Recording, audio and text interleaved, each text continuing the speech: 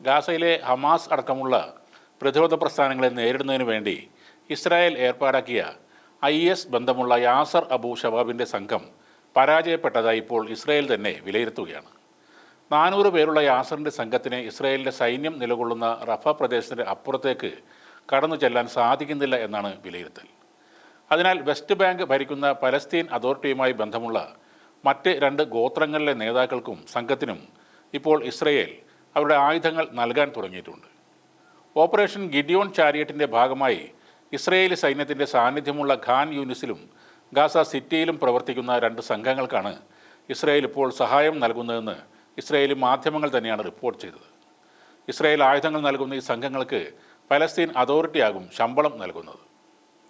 ഗസയിലെ ഫത്ത പാർട്ടി പ്രവർത്തകനായ റാമി ഖലാസാണ് ഒരു സംഘത്തിന് നേതൃത്വം നൽകുന്നത്. ഖലാസ് ഗോത്രത്തിലെ അംഗമാണ് ഇയാൾ. ഫത്ത കേന്ദ്ര സമിതി അംഗവും ഗാസയിലെ പലസ്തീൻ അതോറിറ്റി പ്രതിനിധിയുമായ അബു മാഹിറും ഈ ഗോത്രത്തിലെ ഒരു അംഗമാണ്. ഖാൻ യൂനിസിലെ സംഘത്തിന് നേതൃത്വം നൽകുന്നത് ഖാനിദാക് ഗോത്രത്തിലെ അംഗമായ യാസർ ഖാനിദാക്കാണ്.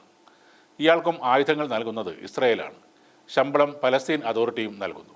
2007 ഫത്ത പാർട്ടിയെ ഹമാസ് പരാജയപ്പെടുത്തിയിരുന്നു. അന്നു മുതൽ ഹമാസിനെ പരാജയപ്പെടുത്താൻ ഫത്ത പല ശ്രമങ്ങളും നടത്തിയെങ്കിലും അതെല്ലാം വിഫലമാകുകയായിരുന്നു. അതോടെയാണ് അവർ ഇസ്രായേലിനെ കൂട്ടുപിടിച്ചിരിക്കുന്നത്. എന്നാൽ വെസ്റ്റ് ബാങ്കിലെ ഇസ്രായേലി അധിനിവേശം തടയാൻ കഴിയാത്തവർ ഗാസയെ സംരക്ഷിക്കുമോ എന്നാണ് ഹമാസ് ഉയർത്തുന്ന ചോദ്യം. ഗാസ യുദ്ധത്തിന് ഉടൻ ഒരു അന്ത്യമുണ്ടാകില്ലെന്ന സൂചനയാണ് ഓപ്പറേഷൻ ഗിഡിയോൺ ചാരിയറ്റിലൂടെ ഇസ്രായേൽ നൽകുന്നത്. ഗാസയിലെ തന്ത്രപ്രധാന മേഖലകൾ പിടിച്ചെടുക്കുക, ബന്ദികളെ രക്ഷിക്കുക, ഹമാസിനെ ഇല്ലാതാക്കുക തുടങ്ങിയ ലക്ഷ്യങ്ങൾ മുന്നോട്ട് വെച്ചുകൊണ്ടാണ് ഇത്തരം സൈനിക നടപടി ഇസ്രായേൽ തുടങ്ങിവെച്ചത്. ഗാസ പിടിച്ചെടുത്ത് അവിടെ തങ്ങളുടെ സ്ഥിരം സൈനിക സാന്നിധ്യം ഉറപ്പാക്കണമെന്ന ഇസ്രായേലിലെ തീവ്ര വലതുപക്ഷ പാർട്ടികളുടെ ആവശ്യവും ഇതിൻ്റെ പുറകിലുണ്ട്.